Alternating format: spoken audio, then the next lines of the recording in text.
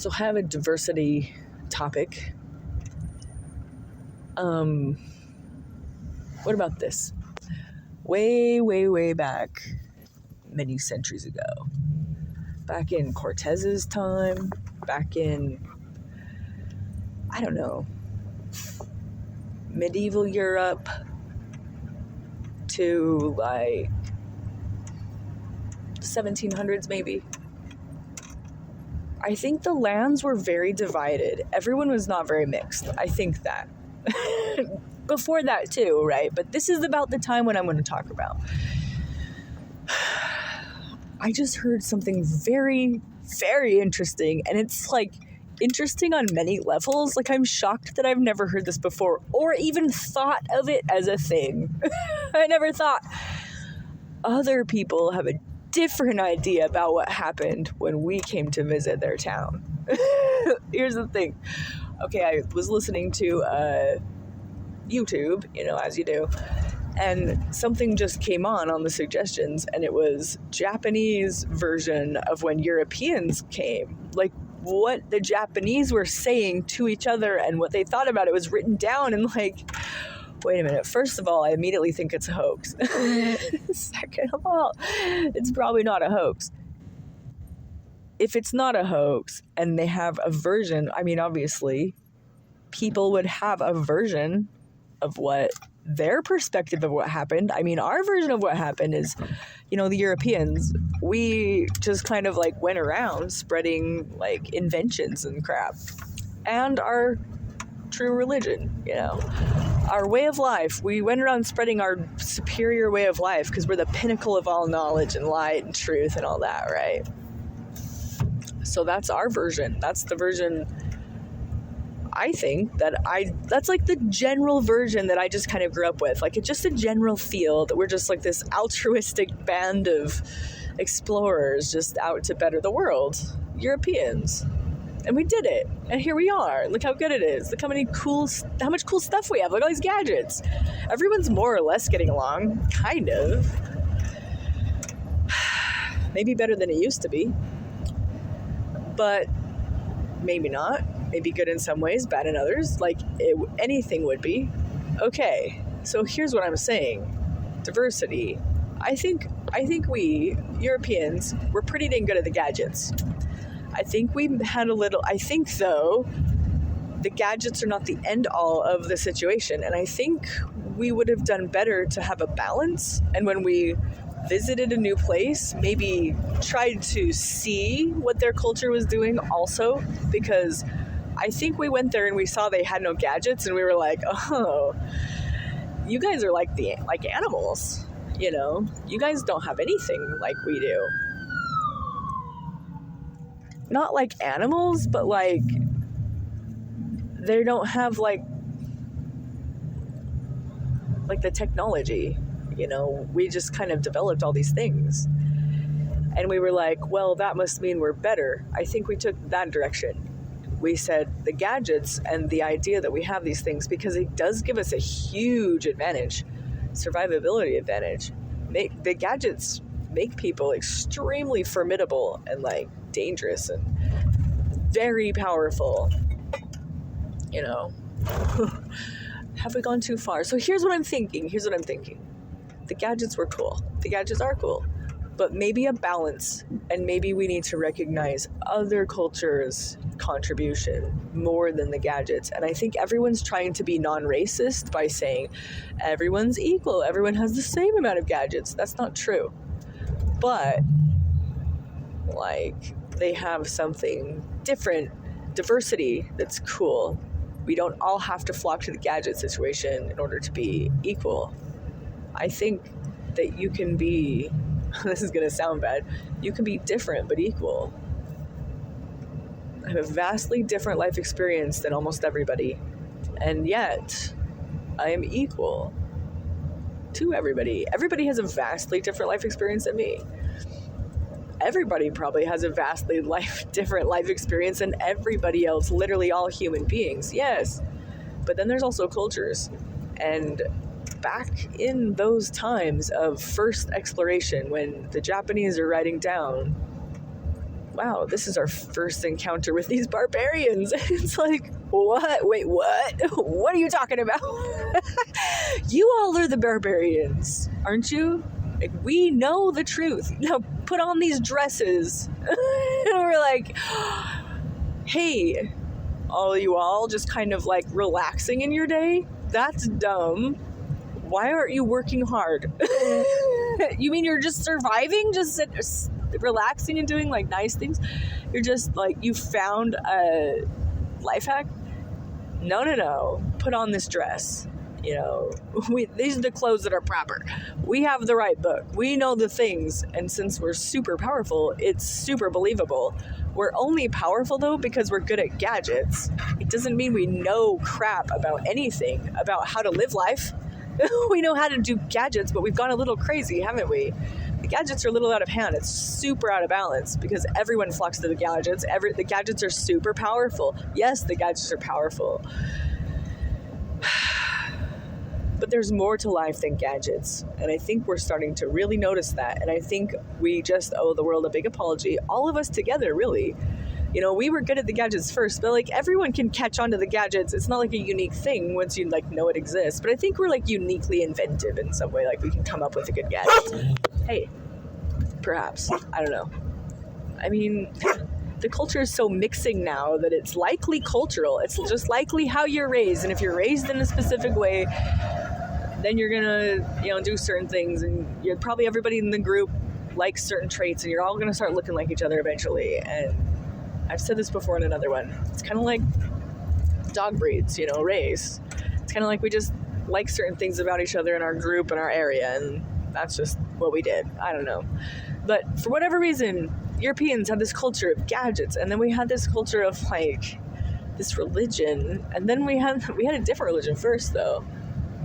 Maybe the different religion is what made us good at gadgets. I don't know what made us good at gadgets.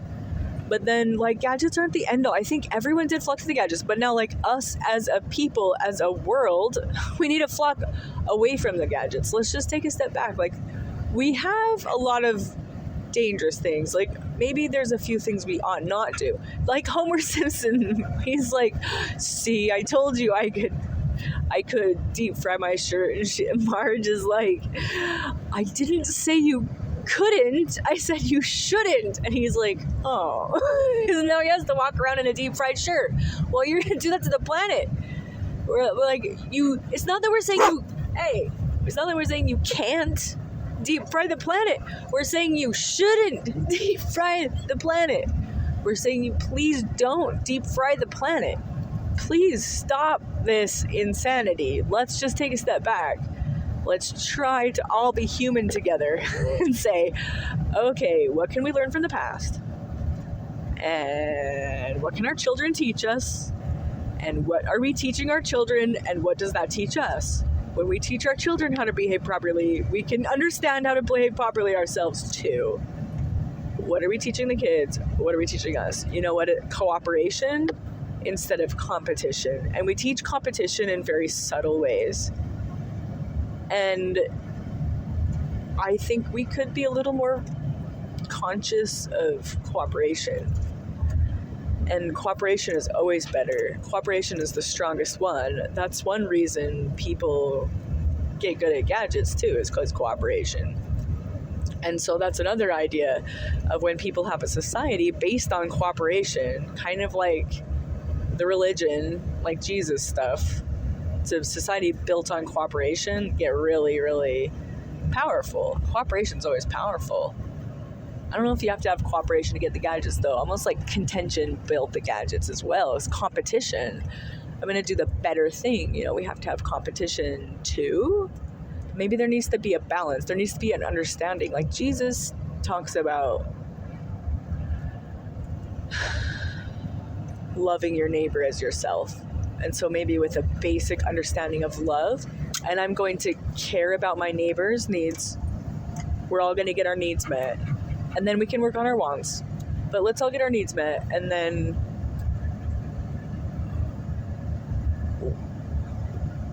we can do the competitive stuff, but also cooperate in competing, the cooperation in the competition, and realizing if your thing didn't work, it didn't work. And, maybe there is no such thing as too big to fail. And if it fails, maybe we can just start the cooperation thing right away. Because cooperation plus gadgets, that's a pretty good system.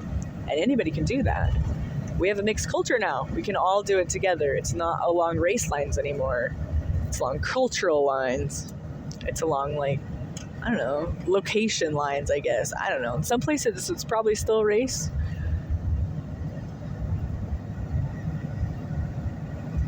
But it wouldn't have to be. What I'm saying is it doesn't have to be.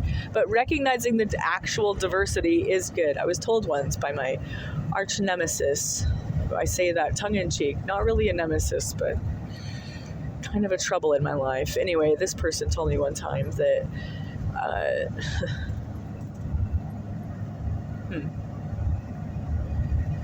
don't remember. I got distracted on the nemesis thing. Let's see, competition, nemesis, love is better.